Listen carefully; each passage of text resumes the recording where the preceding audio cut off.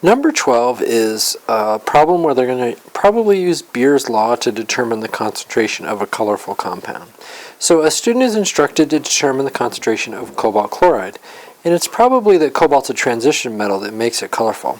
They're using colorimetry or spectrophotometry, it's the same thing.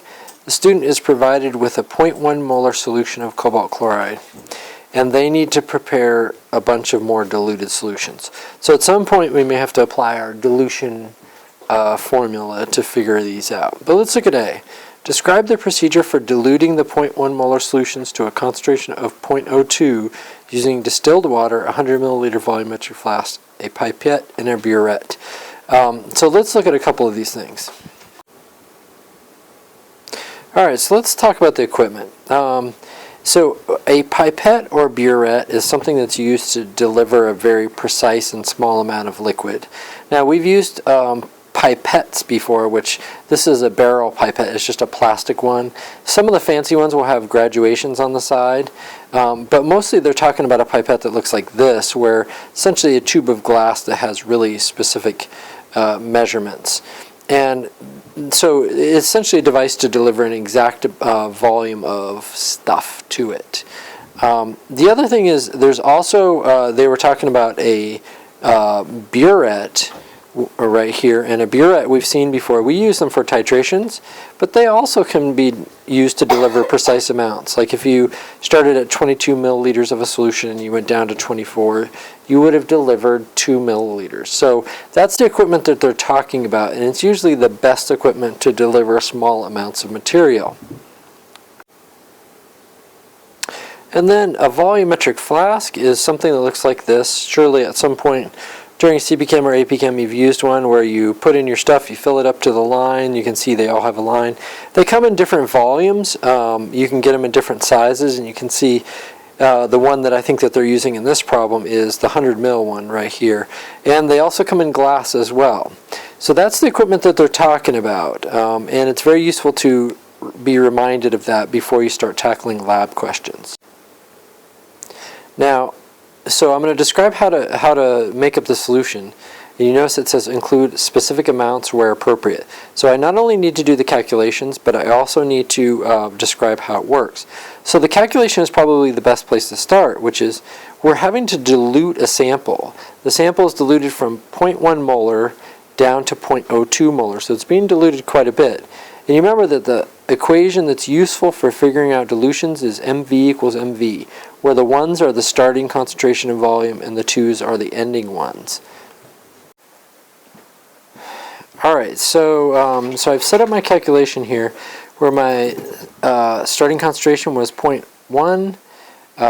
I'm solving for how much volume of that original stock solution I need to do the dilution.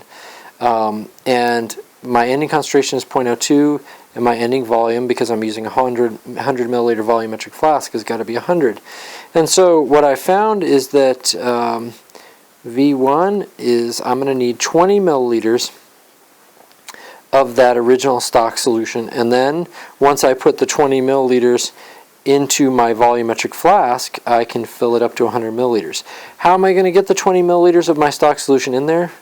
Well, I'm going to use one of those pipettes that delivers small amounts really accurately, or a burette. So here's my description. Deliver 20 milliliters of 0.1 molar cobalt chloride solution into a 100 milliliter volumetric flask using a pipette or burette. You wouldn't have to say both, just pick one. Fill the volumetric flask to the line, cap the flask, and shake. And so we have our specific amounts that they talked about, and we talked specifically about how to do it. Now you certainly, remember, would want to add your solution to the flask first and then fill it up to the line. You definitely would not want to fill it up to the line and then add your solution, because it would go over the line and that wouldn't work. So to get credit for this one, the order really matters, and obviously the concentration amounts matter as well. In part B, they want us to identify the optimum wavelength for analysis. And that's pretty easy based on the graphs they've got here, but let's remind ourselves how these work. We actually don't see this one very often. We're going to come back to it in just a minute. This one, you notice, is absorbance versus wavelength. So as we change the wavelength, the compound has a particular wavelength that it absorbs the most light. And what we mean by that is, remember we used these sort of cuvettes that were 1 centimeter wide for colorimetry, and we shined light through them, and the substance, the colorful substance, would absorb some of that light, and less of it would come out the other side. And depending on how much it absorbed, if it absorbed a lot, then we'd see this huge peak up here on the top. So the maximum absorbance of light was right there. And that's what we're looking for, is we're looking for the absolutely highest amount of light to be absorbed. If we do it at a different wavelength, like this one down here, 400, almost no light is being absorbed. That means all of it's going through. So it's very simple. All we have to do is pick the maximum amount, so any number between 480 and 520. I might guess 510 in my answer.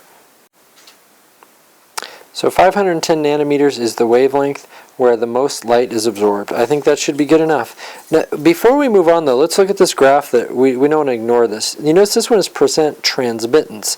Transmittance is the opposite. Absorbance is how much gets absorbed. Transmitted is how much gets transmitted. So clearly at the same wavelength at 510, very little of the light gets transmitted. Since most of it gets absorbed, very little of it comes out. So it's the opposite from what we were saying before. Over here, we're at 400, whatever that was, 400 nanometers. So little light gets absorbed, which means most of it passes through the other side, which means the transmittance should be huge at that point, and it is. You can see it there. So you could describe your answer in terms of transmittance if you wanted to as well.